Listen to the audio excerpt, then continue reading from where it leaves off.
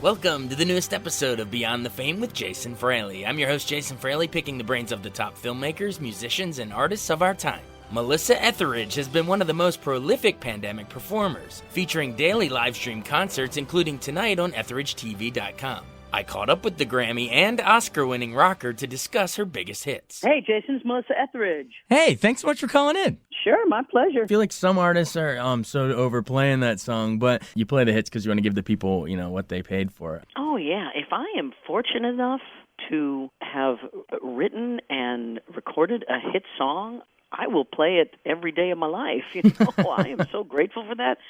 Whenever I start a song and people know it and they get excited about it, that's the greatest feeling a musician can really experience. And I revel in that. I love it.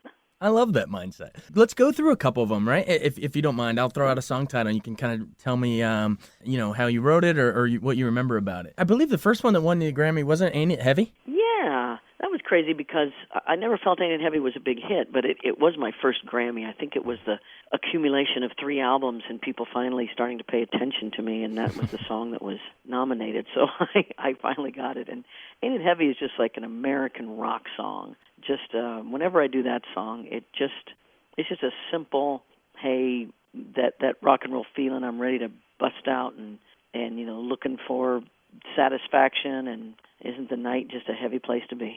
It's just about getting into your 30s and kind of looking at life going, wow, sometimes I feel that whatever I'm doing is never enough. Survival is fine, but boy, finding satisfaction, that's rough. so it's a good song. Thank you. Absolutely. Well, after that one, I'm the Only One. Take me into how you came up with that. I feel like that one, it's just this awesome bluesy sound on that one. Yeah, that was me. The fourth album, I made a commitment to get even deeper into my rock and roll roots. I felt like I really needed to let people know I was a rock artist. And I just went straight to the blues and John Lee Hooker and so I started I'm the Only One from that sort of root. It's just an old blues lick. I told myself I wanted to write a song like Bring Me Some Water, which was on the first album. So I just opened it up and went, okay, and of course my personal issues that I write about, and the subject matter was achingly, unfortunately, close to home, and you write from those experiences of not abandonment, but you done me wrong, and it was easy to just sing I'm the Only One, and oh my gosh, that has just become, there's nothing like that. The whole audience singing along, living it. It's just one of my favorites. Oh yeah, we feel it when you sing it. All right, Come to My Window. Where were you do you remember when you sat down and penned that? And like, what were you kind of going through? It sounds like it's a relationship, something going on in life. Yeah. I wrote that actually when I was in Europe. I was touring in Europe, and I was. This is in the early 90s, and we didn't have cell phones back then. Of course, this is back when you used to dial a phone. You don't dial numbers anymore. Yeah. What is a dial? I know. It's so outdated already. Anytime you called from Europe, it just cost enormous amounts of money. You'd put it on a credit card or something. It was like hundreds of dollars for, a 10-minute phone call.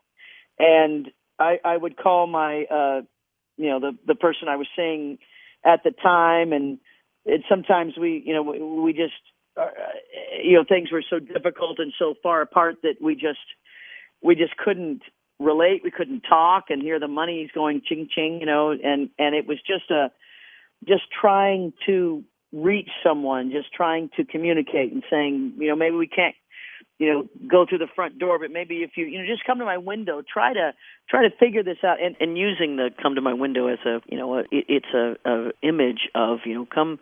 We have to be able to communicate on some level here, and I know my love, I know my desires and stuff. It's just kind of this. It's a achingly intense song that I almost didn't put that song on the album. I thought it was kind of simple. I didn't think people would relate to it, but boy, was I wrong. Yeah, exactly. No, it's awesome. It's a great song. And then similar, but I'd say almost a little naughtier edge, I Want to Come Over. I feel like there's a little bit of, to hell with the consequences. Well, I'm not proud of it, but yes, indeed. I might not have written that song had I known I was going to have children. I really didn't plan on the children part, and I have 4 that I know of, and that's a joke. and so my daughter, she'll listen to that song. She goes, "Mom, you're such a stalker." I'm like, yeah, I'm so not proud of it, but boy, can a lot of people relate to that song. It's a little scary. That's one of my favorite songs. That song was written about, the relationship where it was just a naughty time. I was, falling in love with someone else's love, and it was just that crazy, ridiculous situation that you get yourself in, and it's just that moment of, I don't care, to hell with the consequences. Yeah. I want to do this. It's a need you can't explain. Yeah. I want to come over to see you again. I think it's a little more underrated. I love Angels Would Fall, especially when it kicks in and it's like, Angel, it gets me every time. Oh, thank you. Well, that is, a lot of people don't, that's about somebody who was in a relationship with a friend of mine who I had a crush on, which is like, and of course I was not happy in my relationship, and that's a recipe for disaster. So I just, and the person never knew I wrote it about him, and my friend doesn't know that I wrote it about him either. So it's just my little private song. And then transitioning into movies a little bit, didn't you won an Oscar for the song from Inconvenient Truth, right? I Need to Wake Up. Oh yeah.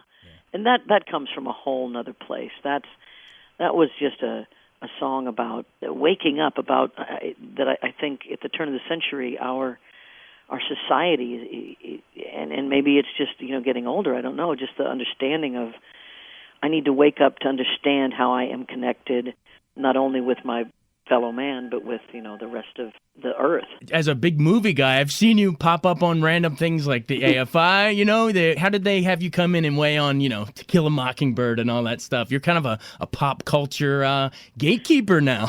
Yeah, and I love that. I love when I can do things that are outside of just the music, because I'm certainly, I'm a child of the 60s, 70s, and a adult in the 80s and on, and I have my opinions and certainly try to be well-rounded in the entertainment industry. So whenever the movie industry calls on me, I love to show up and do whatever I can. Do you have a favorite all time? Favorite movie? Yeah. Wow. Or a couple that have touched you over there. Yeah, there's been so many.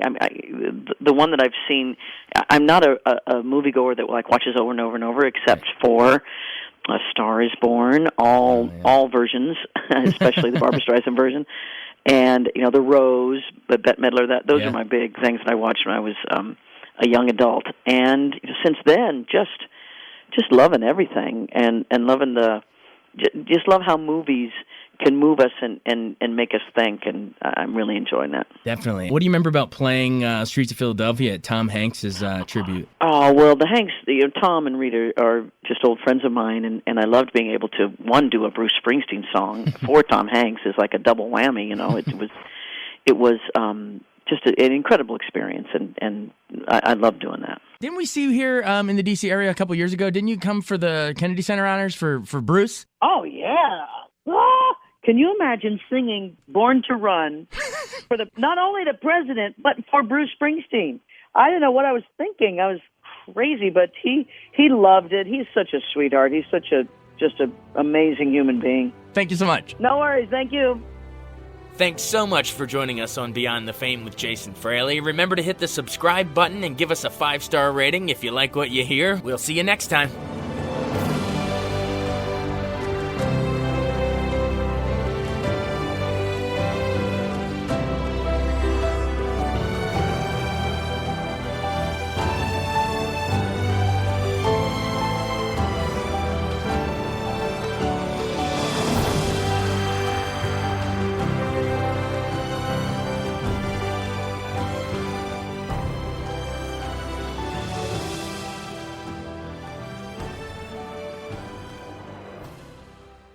I wanted to take a second to tell you about an app I really enjoy. Living in the DC area is great, and Podcast DC gathers all of the local shows that I like all in one local app. Health, sports, local news, politics, and so much more. Podcast DC is the new local app with hundreds of DC area podcasts to choose from. I can earn exciting rewards just for listening and share the podcasts I love instantly. Available in the App Store or in Google Play, listen local with Podcast DC.